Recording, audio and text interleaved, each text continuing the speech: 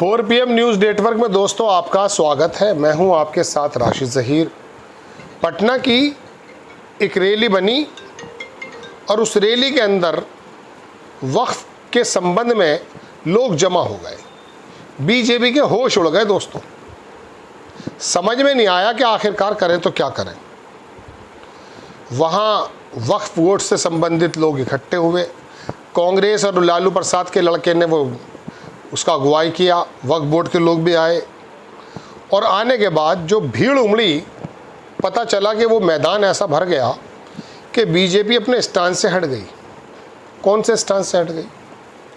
अभी आपको मालूम होगा, मैंने कल परसों भी रिपोर्ट बनाई कि बीजेपी के राष्ट्रीय आरएसएस लोगों ने ये कहा है कि संविधान के अंदर जो प्राइम्बल में शब्द लिखे हुए हैं सेकुलरिज्म, सोशलिज्म, हटा दिया जाए। उसके खिलाफ है वो, ठीक है। लेकिन जैसे भीड़ बढ़ी उसके पक्ष में आ गए। क्या बोलने लगे? बोलने लगे कि ये समाजवादी नहीं है जो इकट्ठे हुए हैं, समाजवादी तो हम हैं, ये तो नमाजवादी हैं।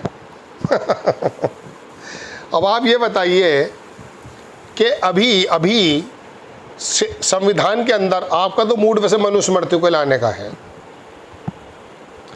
लेकिन संविधान के अंदर ये चेंजेस ला रहे थे। समाजवाद शब्द, सेकुलरिज्म, सोशलिज्म ख़त्म हो जाना चाहिए, कर दो ख़त्म।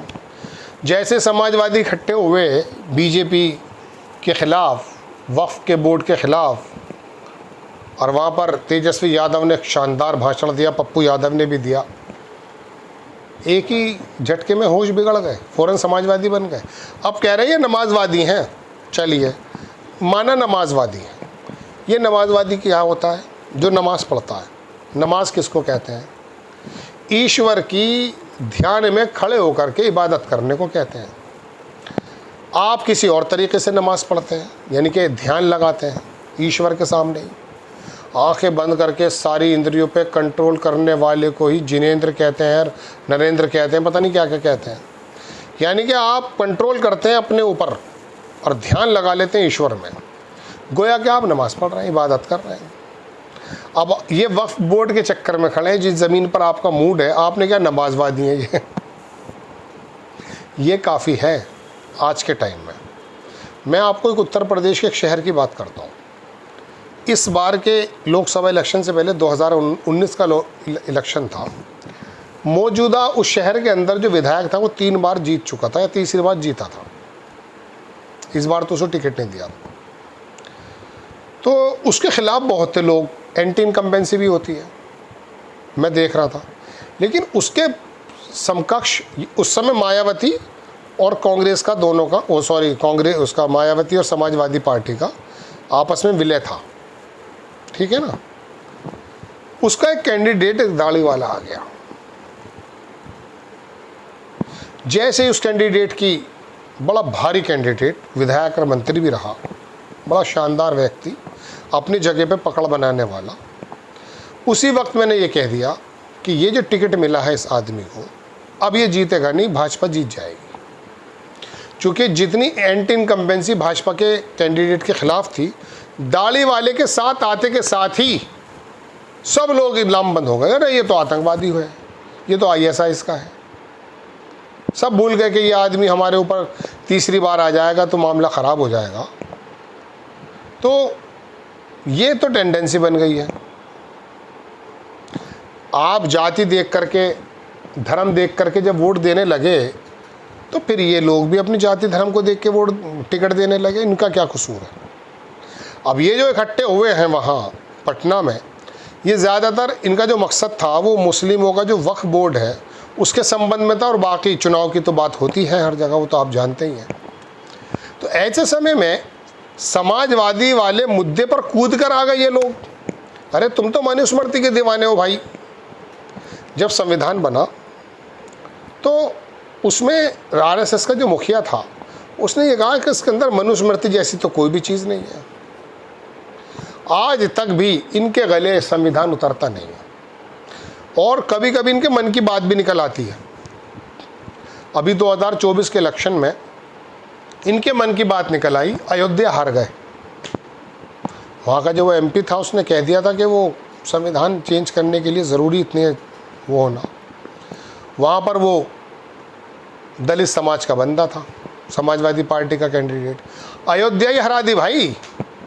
उत्तर प्रदेश का मेरठ भी हारते, जहाँ से वो राम का रोल करने वाले को लेकर आए थे, 10,000 वोटों से जीते हैं।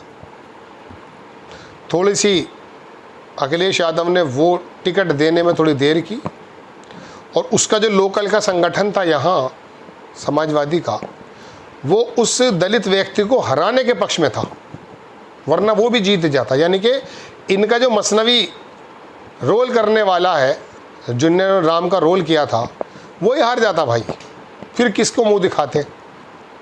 तो दोस्तों बात यह है कि मिनटों सेकंडों में अपने स्टांस को बदल देना, अपनी ज़बान से पीछे हट जाना, अपनी सोच को बदल देना, ये एक परिपक्व और सीरियस पॉलिटिक्स करने वाले नेता या पार्टी की पहचान नहीं है।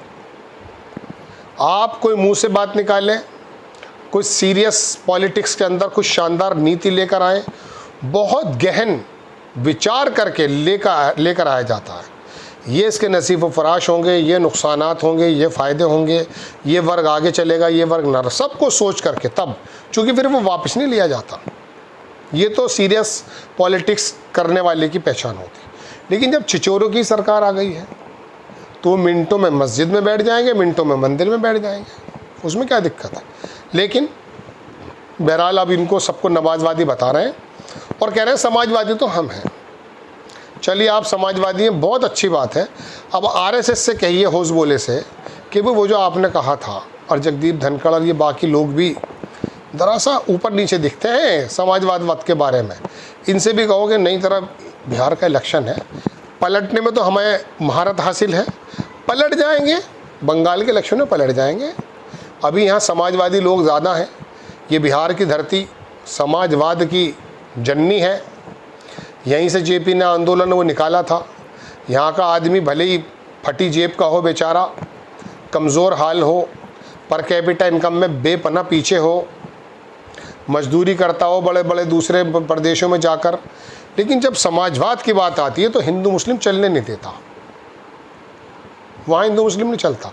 18% मुस्लिम है वहाँ, बहुत सारे मुस्लिम नीतीश को भी वोट देते हैं।